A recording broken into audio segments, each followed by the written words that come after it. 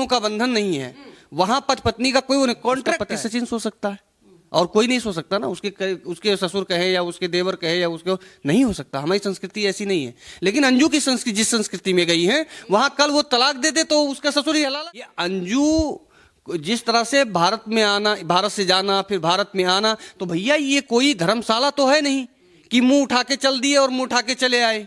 भाई हमारे देश में वैसे भी उस देश के साथ हमारे देश का 36 का आंकड़ा है, राजनीतिक दृष्टि से, व्यवसायिक दृष्टि से, हर दृष्टि से हम जो हमारा वो, अगर इनलीगल तौर से कोई घुसा, वो तो लीगल गई है ना। क्या लीगल गई है? अरे भाई उसने पासपोर्ट बनवाया था, टूरिस्ट वीजा पे गई है वो। टूरिस्ट वीजा पे कितने दिन का टूरिस्ट वीजा होता? 1 महीने का था। और कितने दिन रह के आई? 4 महीने की ज्यादा। क्यों नहीं अरेस्ट किया वहां की एजेंसियों ने? क्यों नहीं वहां की एजेंसियां क्या झक मरा रही थी? वो आगंतुक का स्वागत नहीं। आप पाकिस्तान को अपनाया, भारत के बारे में भला बुरा कहा, जितना भी कह सकती थी आपने कहा, उसको सोशल मीडिया पर लोगों ने देखा है और सुना भी है। जब दो देशों की बात हो तो वहां पे भावनाओं का कोई महत्व नहीं रह जाता है। आपका मातृत्व आज यहाँ पे भारत के अंदर डिवोर्स हो जाता है और बच्चे पत्नी के हक में चले गए या पति के हक में चले गए, कोर्ट ने जो आदेश दिया, तो उसके बाद में उसका कोई अधिकार नहीं रह जाता है। और तुम तो देश छोड़कर चली गई से यहाँ आई, तो उनको उस गांव नहीं पूरे देश ने उसको बहू माना, उसके ऊपर उंगली नहीं। अंजू जिस मजहब में गई है, हो सकता है कि उसका भी अपना मोटो हो, लेकिन दूर तक ये इसकी सौम्यता की बात है। आखिर में अंजू के भारत वापस आ जाने के बाद जिस तरीके से बखेड़ा खड़ा हुआ है, और होना भी चाहिए, क्योंकि एक ऐसे देश से आ रही जिनसे ताल्लुकात अच्छे नहीं है। पत्रकार चर्चा हो रही है, हमारे साथ स्वास्तिक सहारा के संपादक विजय पाठक है। क्या कहेंगे पाठक जी, किस तरीके से देखते हैं आप इसको? देखिए, अगर हम इसको दो घटनाओं से तुलना करें कि जब सीमा हैदर भारत में आई तो ये एक हुआ था कि भाई ये खुफिया जो है वहाँ के जासूस भी हो सकती है, कुछ भी हो सकती है, लेकिन जिस तरह से हमारे यहाँ की एनआईए और एसटीएफ और उत्तर प्रदेश पुलिस ने जिस तरह से उसको हैंडल किया और जिस तरह से उसको इंट्रोगेट किया, तो ऐसा कुछ सामने निकल कर आया नहीं कि वो कोई जो है जासूस है। लेकिन सबसे बड़ी बात यह है कि इसमें जो लोग अंजू को और सीमा हैदर को एक तराजू में तौलना चाहते हैं, मैं उनसे बताना चाहता हूँ, उनके लिए खासकर है कि सीमा हैदर अपने प्यार को पाने के लिए भारत आई। क्या अंजू नहीं गई क्या प्यार को पाने? सुनिए पहले बात सुनिए कि वो अपने प्यार को पाने के लिए आई और उसको अपने बच्चे बहुत प्यारे थे, इसलिए उसने अपने बच्चों को छोड़ा नहीं, लेके आई। लेकिन जो अंजू है ये मनी माइंडेड है, ये प्यार के लिए नहीं गई थी, ये पैसे को देख कर गई थी। ये वहाँ के कि रसूखदार परिवार में जाऊंगी, ऐश की ज़िंदगी जीऊंगी, जो मेरी यहाँ की इच्छाएं पूरी नहीं हुई वो वहाँ पूरी हो जाएंगी, मनी माइंडेड थी। अब प्यार और मनी माइंडेड के बीच में दो चीज़ का अंतर उत्पन्न होता है। मनी जो प्यार के लिए होगा वो सिर्फ एक व्यक्ति का होगा, वो जिसके लिए आया है वो उसके प्रति वफादार रहेगा, उसके साथ वो जीवन निभाएगा और उसके साथ उसको वो खुश रहेगा। लेकिन जो मनी माइंडेड होगा वो आज आपके पास पैसे ज़्यादा है तो आपके साथ चली जाएंगी, कल किसी और के साथ पैसे ज़्यादा होंगे किसी और के साथ चली जाएंगी।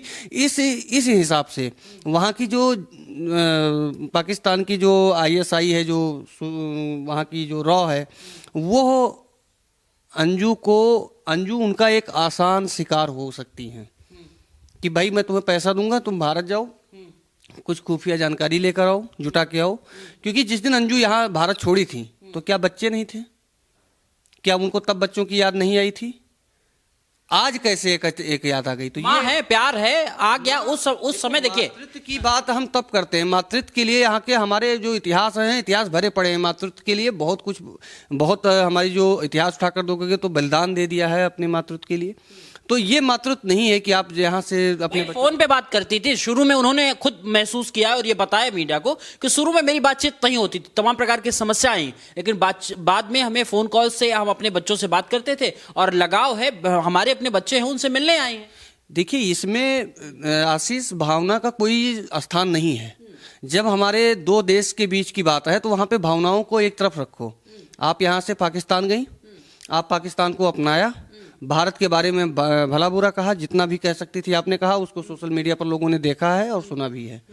जब दो देशों की बात हो तो वहाँ पे भावनाओं का कोई महत्व नहीं रह जाता है। आपका मातृत्व आज यहाँ पे भारत के अंदर डिवोर्स हो जाता है और बच्चे पत्नी के हक में चले गए या पति के हक में चले गए, कोर्ट ने जो आदेश दिया, तो उसके बाद में उसका कोई अधिकार नहीं रह जाता है। और तुम तो देश छोड़कर चली गई, तुम तो देश सीमा देखता है, प्यार सीमा देखता है क्या?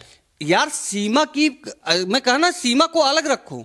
सीमा हैदर वहां से भारत आई, बॉर्डर की बात, बॉर्डर क्रॉस किया, भारत आई, भारतीयता को अपनाया, उनके बच्चे वो यहाँ खुशी से रह रहे हैं। आप एक चीज देखो, इसको एक तो ये होगा मतलब दो देशों की जो बातें हैं वो हो गई, प्यार की भी बातें हो गई।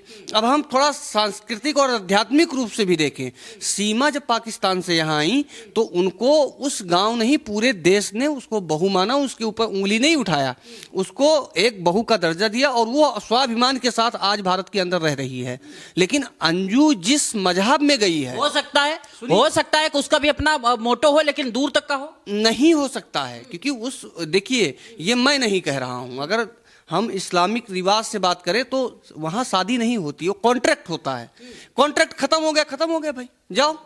तो अंजू को कहीं ना कहीं अब इस चीज का आभास हुआ है कि हमने तो बहुत गलत कदम उठा लिया, अब गलत कदम उठा लिया, क्योंकि वहां पे प्यार का कोई स्थान नहीं है, वहां पे 7 जन्मों का बंधन नहीं है, वहां पति पत्नी का कोई कॉन्ट्रैक्ट है।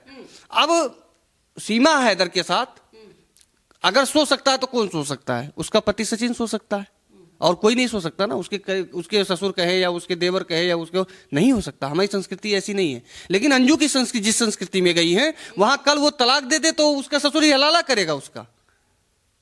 ये चीज है, ये समझो। तो यहां पे दो तीन चीजों को मिलाकर देखना पड़ेगा।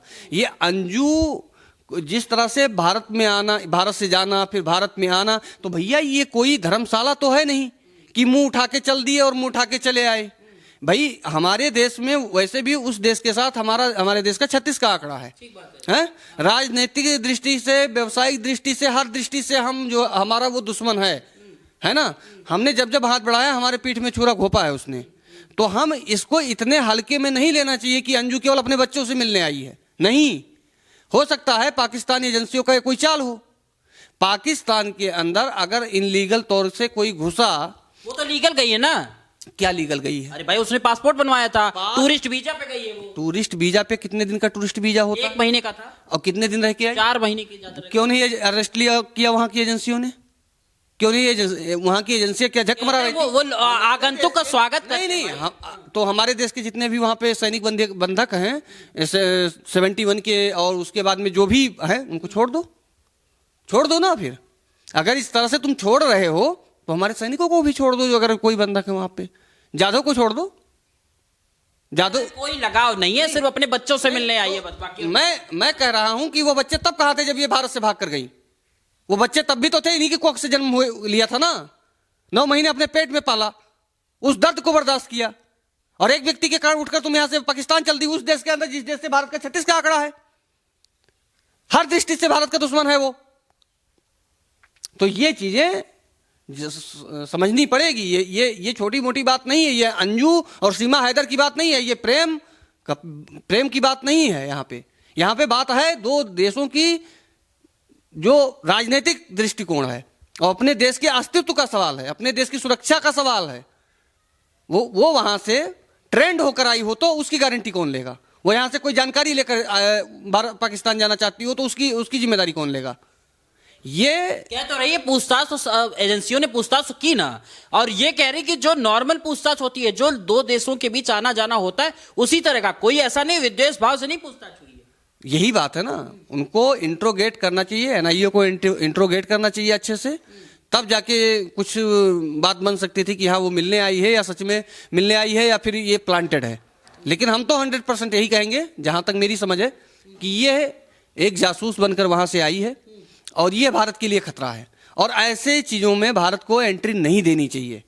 ये भी चीज है कि ये कोई धर्मशाला नहीं है भारत, कि कोई भी मुंह उठा के जब चाहे जब चला आए और हम उसका स्वागत कर लेंगे। अरे गई थी तो अपने विवेक पर गई थी। अगर तुम पढ़ी लिखी ना होती, अनपढ़ होती, डिस्टर्ब होती, माइंडली डिस्टर्ब होती, कुछ भी होती, तो समझ में आता कि चलो ठीक है ये इस कारण से गलती हो गई। लेकिन ये कोई गलती नहीं थी, ये जानबूझकर किया गया प्रयास था। वो तो कह रही कि बस सिर्फ मैं बच्चों से मिलने आई हूं, बच्चों का चलने का मन करेगा तो मेरे साथ चले, दबाव कुछ नहीं, किसी बात का दबाव नहीं है, हम साथ में ले चलना चाहेंगे, अगर चलना है तो चले। हमारे भारत में ये भी क्लियर नहीं किया कि भारत में मुझे रहना ही रहना है। क्या हमारी देश की मीडिया इतनी कमजोर है कि अब तक अगर वो बच्चे रो रहे होते सीमा हैदर के लिए तो अब तक टीवी चैनल पे ना आ जाता? वो बच्चे अपने पिता के साथ खुश हैं, वो बच्चे अपने पिता के साथ खुश हैं, वो बच्चे जहां भी हैं वो खुश हैं। उनको सीमा हैदर से कोई मतलब नहीं, अंजू से कोई मतलब नहीं है उन बच्चों का। ठीक है। तो अंजू अब एक ये ढाल बना कर आई है बच्चों का, समझिए कि इसमें कोई कुछ कह नहीं पाएगा और हमारा काम भी हो जाएगा। नहीं तो ये भी तो कह रही है कि अभी हमारे साथ नसरुल्ला भी आ सकते हैं, हमें यहां से ले जाने के लिए नसरुल्ला भी आ सकते हैं। और सबसे बड़ी बात बताऊं कि बुधवार के बाद से न कोई इंटरव्यू आ रहा है, न पता चल रहा है कि वो राजस्थान में, हरियाणा में है कि मध्य प्रदेश है। आप ये देखो कि वो मीडिया चैनलों से बचती नजर आई। पहली बात, एयरपोर्ट से उतरती हैं, मीडिया चैनल उनका पीछा करता है, लेकिन वो उससे बचती नजर आ रही हैं। और अगर वो इतनी पाक साफ हैं तो अब तक मीडिया चैनल पे क्यों नहीं आई, सामने क्यों नहीं आई? अगर उनको कोई डर नहीं है, उनका कोई दबाव नहीं है, उनको कोई चीज की टेंशन नहीं है, तो मीडिया से क्यों भाग रही हैं? नसरुल्ला कह रहे हैं कि आपकी इंडियन मीडिया उनको गलत तरीके से पेश करती है, गलत तरीके से दिखाती है। ये भारतीय मीडिया का दायित्व है कि अगर किसी इस तरह का कोई अगर गतिविधियां हो रही हैं तो उनको उजागर करना हमारा कर्तव्य है। हम अगर ऐसे ना हो तो चौथा स्तंभ हमें क्यों कहा गया है? अगर हम अपनी आंखें बंद कर लेंगे, जिस दिन मीडिया अपनी आंखें बंद कर लेगी उस दिन इस देश में कुछ भी हो सकता है। हमें अपनी आंखें हम खुली रखते हैं, इसलिए आने वाले खतरे को भांपकर हम सरकार तक पहुंचाते हैं कि ये खतरा है। तो अगर अंजू इतना पाक साफ थी तो मीडिया से क्यों भागती नजर आई?